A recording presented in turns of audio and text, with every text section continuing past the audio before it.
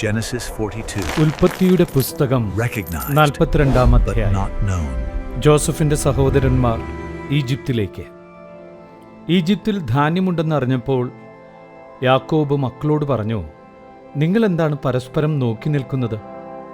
അവൻ തുടർന്നു, ഈജിപ്തിൽ ധാന്യമുണ്ടെന്ന് ഞാൻ കേട്ടു.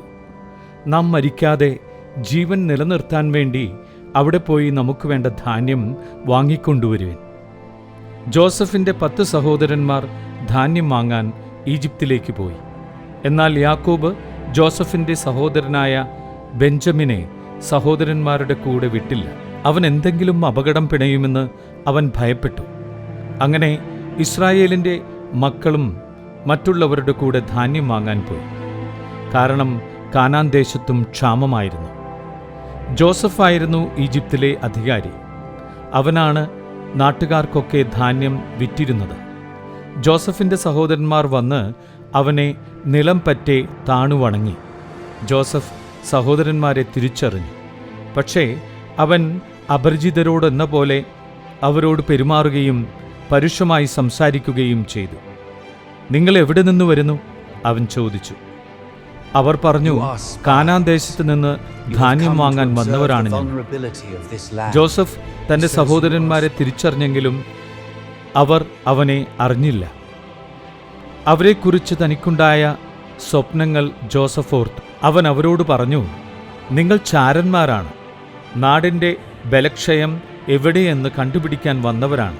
അവർ പറഞ്ഞു, അല്ല യജമാനനെ, അങ്ങയുടെ ദാസർ ധാന്യം വാങ്ങാൻ വന്നവരാണ്. ഞങ്ങളെല്ലാവരും ഒരാളുടെ മക്കളാണ്.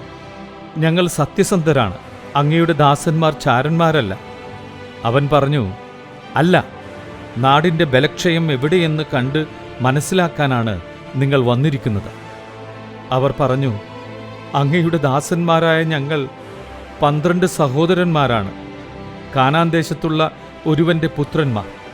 ഏറ്റവും ഇളയവൻ ഇപ്പോൾ ഞങ്ങളുടെ പിതാവിൻ്റെ കൂടെയാണ്. ഒരാൾ ജീവിച്ചിരിപ്പില്ല. ജോസഫ് അവരോട് പറഞ്ഞു, ഞാൻ പറഞ്ഞതാണ് വാസ്തവം. നിങ്ങൾ ചാരന്മാർ തന്നെ. ഫറവോയുടെ ജീവനെ പ്രതി സത്യം, നിങ്ങളുടെ ഏറ്റവും ഇളയ സഹോദരനെ ഇവിടെ കൊണ്ടുവന്നിട്ടല്ലാതെ നിങ്ങൾ ഈ നാട് വിട്ടു പോവുകയില്ല. ഇതുവഴി നിങ്ങളുടെ സത്യാവസ്ഥ ഞാൻ മനസ്സിലാക്കും. നിങ്ങളിൽ ഒരാളെ പറഞ്ഞയക്കുക. അവൻ ചെന്ന് നിങ്ങളുടെ സഹോദരനെ കൂട്ടിക്കൊണ്ടുവരട്ടെ. അതുവരെ നിങ്ങളെ ഞാൻ തടവിലിടും. അങ്ങനെ നിങ്ങളുടെ വാക്കുകൾ ശരിയാണെന്നും നിങ്ങൾ സത്യസന്ധരാണെന്നും തെളിയിക്കപ്പെടണം.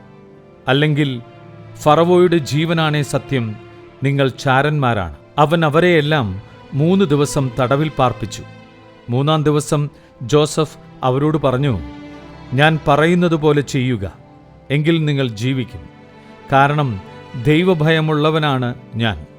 സത്യസന്ധരെങ്കിൽ സഹോദരന്മാരായ നിങ്ങളിലൊരുവൻ ഇവിടെ തടവിൽ കിടക്കട്ടെ. മറ്റുള്ളവർ നിങ്ങളുടെ വീട്ടിലെ പട്ടിണി അകറ്റാൻ ധാന്യവും കൊണ്ടുപോകട്ടെ. നിങ്ങളുടെ ഇളയ സഹോദരനെ എൻ്റെ അടുക്കൽ കൊണ്ടുവരിക. അപ്പോൾ നിങ്ങൾ പറയുന്നത് നേരെന്ന് തെളിയും. നിങ്ങൾക്ക് മരിക്കേണ്ടി വരികയില്ല. അവർ അപ്രകാരം ചെയ്തു. അവർ തമ്മിൽ പറഞ്ഞു, ഇത് നമ്മുടെ സഹോദരനോട് നാം ചെയ്തതിൻ്റെ ഫലമാണ്.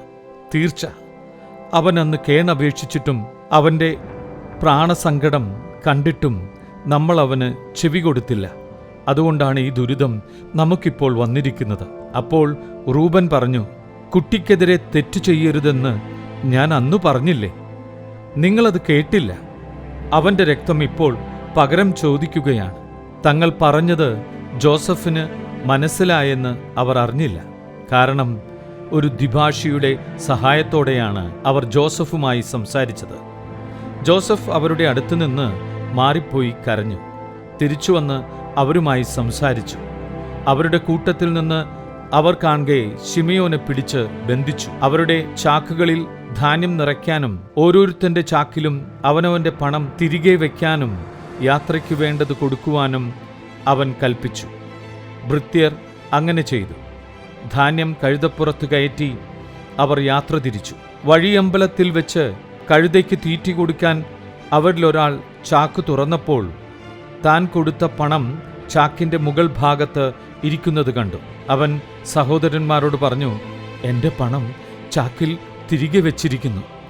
ഇത് കേട്ടപ്പോൾ അവരുടെ ഹൃദയം സ്തംഭിച്ചുപോയി.